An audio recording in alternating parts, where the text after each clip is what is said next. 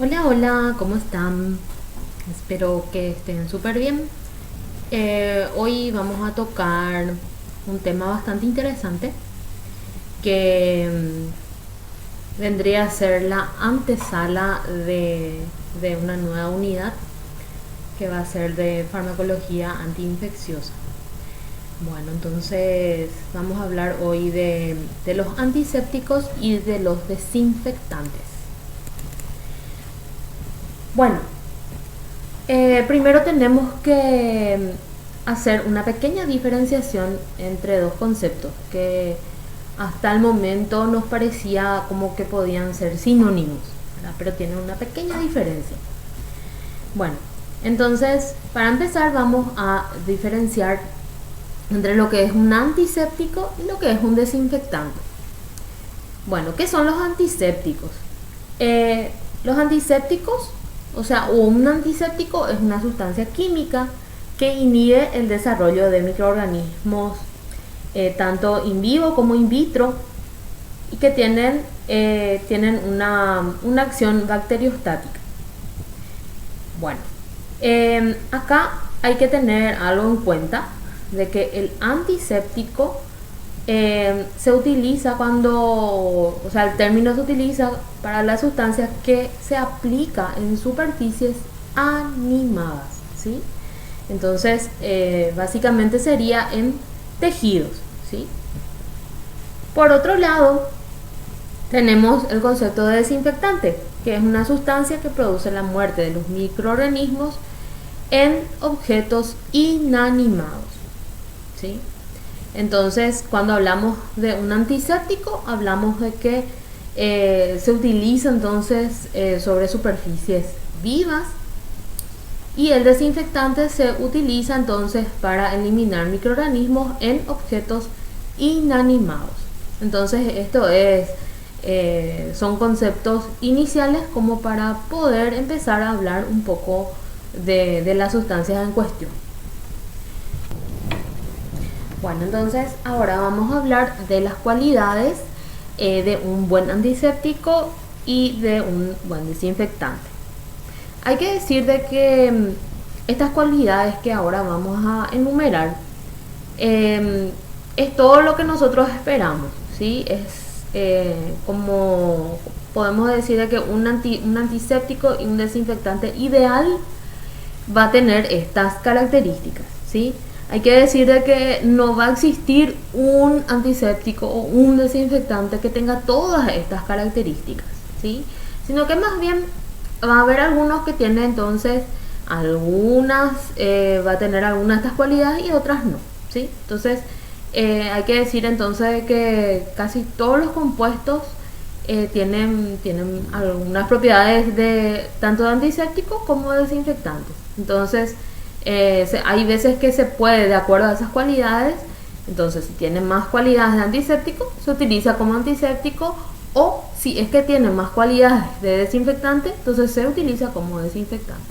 Bueno, entonces, la primera cualidad es de que deben ser activos contra bacterias, virus y hongos. O sea, lo ideal es de que tenga un amplio espectro de acción.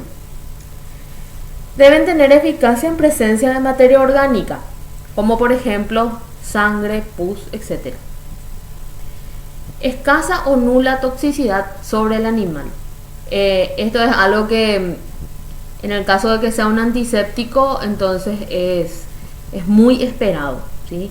Que no tenga, que no cause ningún tipo de toxicidad sobre el animal. No deben teñir ni dejar olor persistente, especialmente para la industria. Esta cualidad es muy importante para un desinfectante, ¿sí? ¿Por qué? Porque es una superficie inanimada. No tiene que ser corrosivo para el instrumental quirúrgico ni para otros objetos metálicos. También una propiedad muy importante para un desinfectante. Deben poseer acción rápida, esto es algo muy importante tanto para antiséptico como desinfectante, y algo súper importante es de que deben ser económicos, ¿sí? Necesitamos que sean económicos, ¿por qué? Porque aparte de que queremos que tenga amplio espectro, de que no sea tóxico, de que no sea corrosivo, entonces vamos a necesitar de que sea también económico, porque se va a utilizar entonces varias veces, las veces que sea necesario. Entonces, al hacer la limpieza entonces de nuestros materiales, o en caso de los antisépticos, de la piel viva, ¿sí? Bueno, entonces hay que decir de que no todos cumplen este requisito, que algunos no son tan económicos. Bueno, seguidamente tenemos una clasificación de antisépticos y desinfectantes. Hay que decir que estos no son todos, son algunos los más, o sea, los principales. Y acá entonces esto cómo está clasificado. Está clasificado por el grupo químico, ¿sí? Y acá al costado están algunos representantes. Bueno, tenemos el grupo de los oxidantes. Ahí dentro de eso tenemos el agua oxigenada y el permanganato de potasio. Los halogenados, el yodo y el cloro. El grupo de los fenoles, tenemos los fenoles simples, los cresoles y, por ejemplo, también el hexaclorofeno. Las biguanidas, ahí tenemos la clorhexidina. Y luego tenemos los tensioactivos, aniónicos y catiónicos. Ahí tenemos los jabones y los detergentes. Luego tenemos dentro del grupo de los ácidos, el ácido bórico y el ácido acético. Dentro del grupo de los alcalinos, el hidróxido de sodio. Dentro del grupo de los alcoholes tenemos el alcohol etílico y también el alcohol isopropílico. Y dentro del grupo de los aldehídos, el formaldehído y derivados.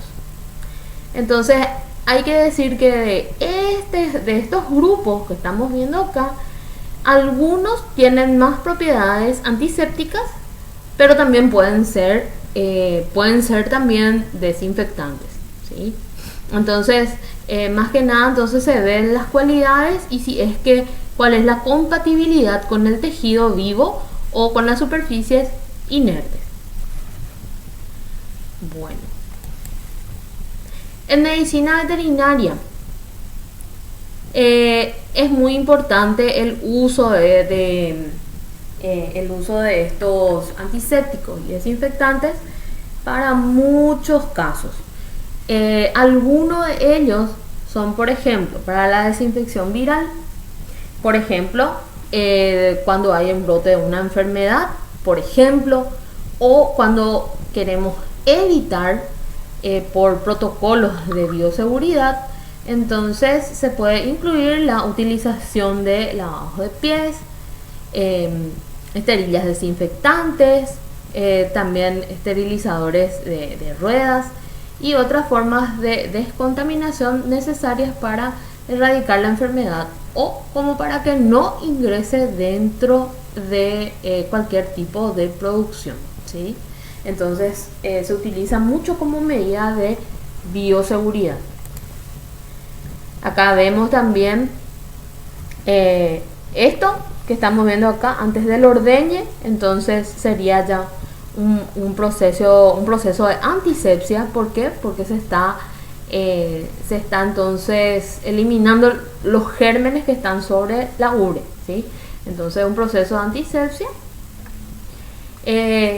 Acá estamos viendo, por ejemplo, la limpieza y posteriormente va a ser la desinfección de un galpón. Y esto antes de entrar justamente al establecimiento.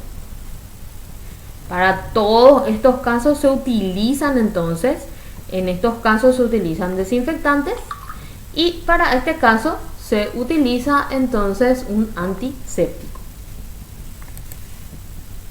Entonces ahí vemos desinfección de locales, vimos ya las producciones de cualquier tipo de especies, también desinfección de locales, hospitales, clínicas veterinarias, perreras, gateras y las granjas, como estuvimos viendo en la imagen anterior. Muchas enfermedades del ganado pueden ser transmitidas por seres humanos a otras granjas, entonces es preciso realizar todas las medidas de bioseguridad y dentro de eso incluye entonces desinfección de calzados, de indumentaria, vehículos, máquinas para granjas y evitar entonces de esta manera la transmisión de enfermedades. Estos son algunos ejemplos de lo que es la utilización en medicina veterinaria. Cabe recalcar de que los antisépticos se utilizan entonces para superficies vivas, ¿sí? Entonces se utiliza generalmente para antes de las cirugías, entonces para poder realizar la antisepsia al campo operatorio. También cuando tenemos algún tipo algún tipo de dolencia de la piel, entonces ahí también realizamos una antisepsia. En cualquier tipo de situación en donde se necesite entonces eliminar microorganismos de piel, entonces ahí entonces realizamos entonces procedimientos de antisepsia. Entonces necesitamos entonces utilizar antisépticos. Bueno, vamos a describir entonces algunos grupos. El primer grupo que tenemos es el de los fenoles. Los fenoles en general se utilizan como desinfectantes. Generalmente no se utilizan como antisépticos. ¿Por qué? Porque tienen carácter corrosivo y eso le hace tóxico. Y veíamos hace rato que una de las características era que no sea tóxico para el animal. Eso es en caso de que se utilice sobre piel. En algunos derivados fenólicos se disminuyó la toxicidad y en esos casos se encuentra entonces en formulaciones de jabones. Ejemplo, tenemos algunos tipos de cresoles y silenoles. Entonces, en esos casos, entonces esos son derivados fenólicos que se disminuyó la toxicidad. Entonces, en pequeñas proporciones, entonces están entonces presentados para jabones. En otros casos, entonces no. Por eso es muy importante la presentación comercial, ¿sí? Si es que un producto, hablando de los fenoles, si un producto se utiliza para desinfección de locales, entonces, o de instalaciones, entonces eso no se utiliza para el animal. Por ejemplo, el caso de la creolina, que entra justamente dentro de este grupo. La creolina en sí está preparado para desinfección, no para antisepsia. Entonces, para antisepsia, dentro de los familiares tenemos entonces los cresoles y los silenoles. Ojo con eso, puede llegar a ser tóxico. De hecho, es tóxico para los animales, entonces si es que están en contacto. Bueno, entonces, siguiendo con este grupo de los fenoles, hablamos un poquitito de su mecanismo de acción. Alteran las paredes celulares, inactivan las enzimas intracitoplasmáticas mediante la formación de complejos inestables. ¿Qué es lo que pasa acá? Las altas concentraciones de los fenoles precipitan las proteínas celulares y en concentraciones bajas inactivan los sistemas enzimáticos. Entonces tenemos que tener en cuenta que acá tenemos en la imagen, vamos a ver lo que es la estructura de una bacteria, ¿sí? Casi siempre las bacterias, bueno, después vamos a ver de que es de acuerdo a su clasificación. Algunas tienen, por ejemplo, pared celular, ¿sí? Una pared celular y por debajo tienen la membrana citoplasmática. Entonces, ¿qué es lo que hacen justamente estos compuestos fenólicos? Entonces, a altas concentraciones van a precipitar estas proteínas celulares. Bueno. Ahora, su espectro de acción. Dentro de su espectro de acción incluye bacterias gram negativas, Las bacterias gram negativas tienen como una doble membrana celular. Entonces eso le hace un poquito rebeldes. Y es importante eso, los fenoles entonces dentro de su espectro de acción, entonces incluye bacterias gram negativas, también gram positivas. Esta que veíamos acá en la imagen es una bacteria gram positiva. La bacteria gram positiva tiene una pared celular y por debajo una membrana citoplasmática. Entonces, este tipo de bacterias entra dentro del espectro de acción. También las bacterias gram negativas. Algunos virus envueltos también entran dentro del espectro de acción. Ojo, no es efectivo contra esporas ni virus desnudos como el virus de la fiebre aftosa y el virus de la lengua azul. Entonces, acá hay algo acá que nos tiene que llamar la atención y que es muy importante para nosotros, es de que los fenoles entonces no son efectivos contra el virus de la fiebre aftosa. Bueno, entonces, ¿para qué utilizamos entonces los fenoles? Se utiliza como desinfectante de superficies duras en instalaciones y también para baño de ruedas. También para esterilización en frío de material quirúrgico, en donde los fenoles halogenados son más seguros y se utilizaron como antisépticos en la práctica veterinaria. Aquí hay un representante que se utiliza como antiséptico prequirúrgico, que es el cloroxilenol. Es menos irritante para la piel que otro grupo de antisépticos que son los yodóforos. Entonces, este representante que se utiliza como antiséptico, entonces se utiliza para lavado de manos, también para algunos tipos de heridas, abscesos y también para casos de dermatitis. Y tiene una actividad residual de 2 días.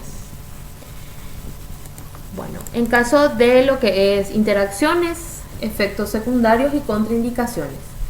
En general, cuando hablamos del grupo de los fenoles, tenemos que decir de que son tóxicos, provocan irritación cutánea grave y despigmentación. También puede tener un olor desagradable.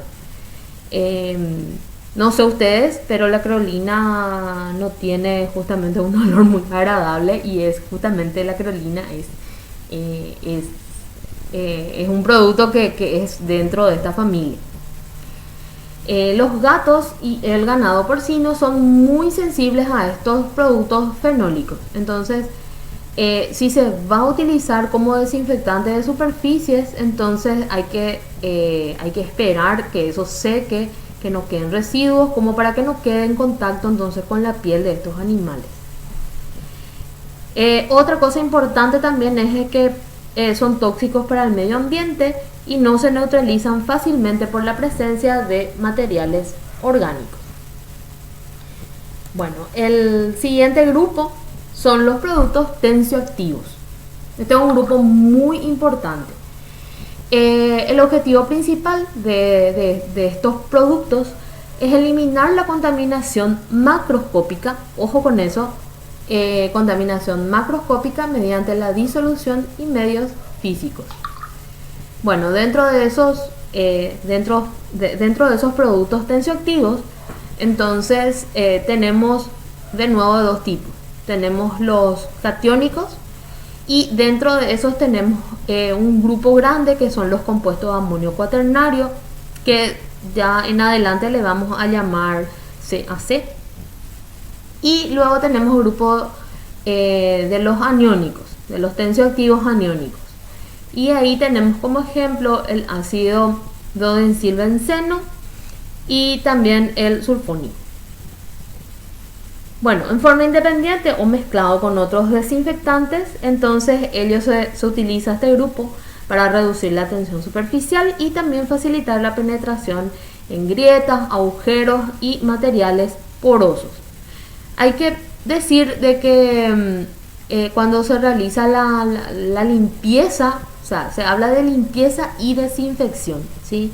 Entonces, cuando se hace la limpieza, entonces, ¿qué es lo que se hace? Primero que nada se quita todo tipo de material macroscópico, que ahí también puede haber entonces material orgánico. Entonces generalmente eso se hace por medios físicos. Entonces, ¿qué se hace? Ahí entraría lo que es, por ejemplo, barrer locales, limpiar todo lo que es, eso sería físico. Y una vez que ya está limpio, entonces se realiza lo que es la desinfección, ¿sí? Bueno, entonces estos productos tensioactivos, entonces vendría a ser una transición entre lo que es la limpieza y lo que es la desinfección, ¿sí? ¿Por qué? Porque justamente estos productos tensioactivos entonces eliminan esas partículas grandes que quedan por ejemplo, que quedan en la superficie. Ahí decimos entonces que pueden ser galpones, puede ser un consultorio. Entonces, ¿qué es lo que hace? Entonces, eliminan esa contaminación macroscópica. Bueno, entonces vamos a hablar entonces ahora de este grupo. Y acá recordando un poco, ahora los productos tensioactivos catiónicos, los compuestos amonio cuaternario, CaC. Entonces, los compuestos de amonio cuaternario consisten principalmente, acá vemos la estructura química, un átomo de nitrógeno y el alquilo, entonces, que está fijado al grupo arilo, y forman entonces esa porción catiónica de carga positiva que es parte funcional de la molécula. Esto sería, por ejemplo, la fórmula del cloruro de benzalconio. El nitrógeno presenta una unión electrovalente, una unión que suele ser un cloruro o un bromuro para formar la sal correspondiente. Justamente acá en este caso vemos de que es un cloruro. Entonces, los compuestos de amonio cuaternario se unen con facilidad a proteínas, grasas, fosfatos en sangre y tejidos. Entonces, esto limita entonces la utilización como antisépticos. Casi siempre entonces se utiliza más como desinfectantes, ¿sí? A un pH de 1,5 a 3 ofrece la acidez óptima para una eficacia antimicrobiana de los detergentes aniónicos, mientras que a un pH más alcalino es ideal entonces para este grupo de compuestos. Estos dos tipos de productos tensioactivos no deben mezclarse, ya que pueden disminuir su actividad germicida. Ojo con eso. Hablando de su mecanismo de acción, está relacionado con la estructura de las moléculas activas y los cambios que se producen en el microbio a un pH bajo. Ojo con eso. Estos productos pueden destruir las membranas celulares, actividades enzimáticas fundamentales o el transporte celular, y de esta manera desnaturalizar las proteínas celulares. Eso es justamente por el poder tensioactivo que tiene. Los tensioactivos aniónicos, con longitudes de cadena al kilo de unos 12 átomos de carbono, tienen una actividad biológica óptima. Los que tienen grupos hidrófilos terminales parece que facilitan la división del producto tensioactivo en la membrana con una acción bactericida sobre lo que es el componente 30S sobre varias bacterias positivas y gram negativas, incluidas las bacterias que producen mastitis. Las esporas bacterianas y fúngicas son más resistentes que las formas vegetativas.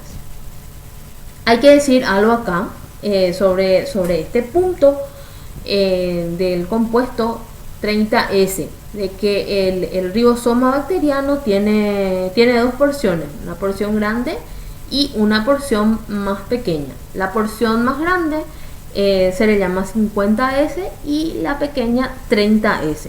Por eso es que dice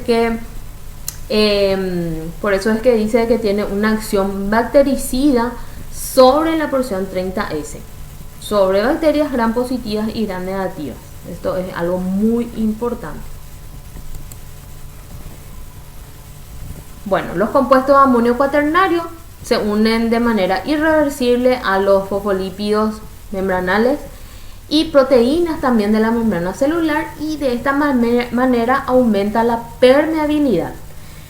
Tenemos que recordar que la membrana celular es un medio que protege a la célula, ¿sí? En este caso a la bacteria. ¿Por qué? Le protege de su medio, del medio exterior. Al ser una barrera que es semipermeable, entonces al limitar esa permeabilidad, entonces le protege del medio exterior. Y justamente estos compuestos entonces catiónicos, entonces, ¿qué es lo que hacen? Aumentan la permeabilidad, o sea que le vuelven más vulnerables a las bacterias. Bueno, entonces son más eficaces en la prevención del crecimiento bacteriano que en su destrucción. Son más eficaces frente a bacterias gram positivas que frente a las gram negativas. Son más bactericidas que fungicidas. Y son más efectivos frente a virus lipófilos que frente a virus lipófagos. Entonces, justamente como actúan sobre la permeabilidad de la membrana, es entonces que son más efectivos entonces frente a virus lipófilos. Esto es muy importante para poder entender el espectro de acción entonces de este grupo de compuestos catiónicos, los compuestos de amonio cuaternario. Ahora, ¿para qué se utiliza? Usos clínicos. Actualmente son muy utilizados como desinfectantes, antisépticos, productos farmacéuticos y también cosméticos. Eso es en línea general. Los tensioactivos aniónicos se utilizan para desinfectar ubres de vacas antes del ordeñe. Se utilizan con mayor frecuencia en la desinfección de suelos y también superficies de material. Los tensioactivos aniónicos se han utilizado también en lugares como jaulas de animales de acero inoxidable. Esto es por lo que estábamos hablando hace rato de que diluyen bastante, ¿verdad?, lo que es la suciedad macroscópica. Bueno, hablando de lo que es interacciones, efectos secundarios y contraindicaciones, pueden provocar irritación conjuntival si se aplica directamente a los ojos, y al contacto diario puede provocar dermatitis de contacto. Esto puede ser tanto para el animal que está en contacto con la superficie que se trató, o también para la persona que está manipulando. Concentraciones altas se han asociado a irritación de la piel e incluso a quemaduras químicas, y también puede aumentar significativamente la absorción dérmica de otros fármacos o otros productos químicos presentes en la formulación. Esto es por el carácter bastante hidrosoluble que va a tener. ¿Por qué? Porque va a, como son productos tensioactivos, entonces como que diluyen más las superficies. Entonces por eso es que puede llegar entonces a aumentar entonces la absorción de otros fármacos. Bueno, entonces este era entonces el grupo de los productos tensioactivos, ¿sí? Entonces los que disminuyen entonces la tensión superficial. Bueno, luego tenemos el siguiente y el último grupo que vamos a tratar, que es el peróxido de hidrógeno. El peróxido de hidrógeno se puede encontrar comercialmente desde una solución de 3% hasta una solución del 90%, desde el menos concentrado hasta el más concentrado. Lo más frecuente es que se utilice en concentraciones bajas, ¿Cómo se va a utilizar? Se va a utilizar como desinfectante de superficies, alimentos, agua potable, lentes de contacto y también cosméticos. Este compuesto es bastante estable, pero su mayor poder de destrucción se desarrolla en un medio ácido, aproximadamente con un pH de 3, y la menor actividad en un pH de 9. La materia orgánica puede influir también en su actividad como desinfectante. Las temperaturas altas o la exposición a la luz ultravioleta actúan de manera sinérgica para aumentar la eficacia. Acá tenemos los representantes. A este le conocemos a oxigenado. Bueno, ¿para qué entonces se utiliza el uso clínico? Se puede utilizar como desinfectante. En caso de heridas no es segura su utilización porque puede llegar a lesionar los tejidos. Debido a su citotoxicidad, su uso se debe limitar a la limpieza, pero solo en caso de piel intacta. Ojo con eso, si hay herida entonces no es conveniente. Entonces en caso de piel intacta sí se utiliza como antiséptico. El uso de esta forma provoca la liberación de oxígeno gaseoso y también ayuda a eliminar la suciedad. Bueno, y por último tenemos las interacciones, los efectos secundarios. Entonces estos compuestos entonces son corrosivos para los metales, inestable cuando se expone al calor y a la luz. No produce efecto a largo plazo sobre el medio ambiente y es un producto que se descompone en agua y en oxígeno.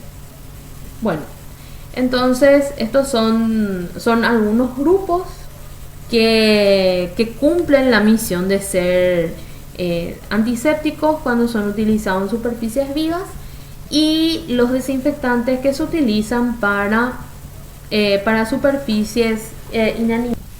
Bueno, en resumen, todos los representantes tienen sus ventajas y sus desventajas, ¿sí? Todos los antisépticos y todos los desinfectantes tienen sus cosas buenas como también tienen sus cosas, tienen sus desventajas. Bueno, entonces, ¿de qué va a depender la elección? La elección va a depender del uso que le queremos dar y de la situación en la que nos encontramos. Otra cosa importante es que cada presentación comercial tiene una formulación, tiene una concentración especial para el uso que se está indicando. Entonces es muy importante, entonces cuando vamos a elegir un producto, entonces fijarnos en esto, fijarnos para qué está indicado y qué tipo de formulación tiene. Ojísimo con esto último, ojo, es respetar las presentaciones comerciales y sus indicaciones. Bueno, hasta aquí llegó el video. Nos vemos pronto. Si llegaron hasta aquí, entonces, y si te gustó el video, dale like. Y entonces, sí, también si es que quieren que sigan viendo videos. Bueno, nos vemos pronto. Chau, chau.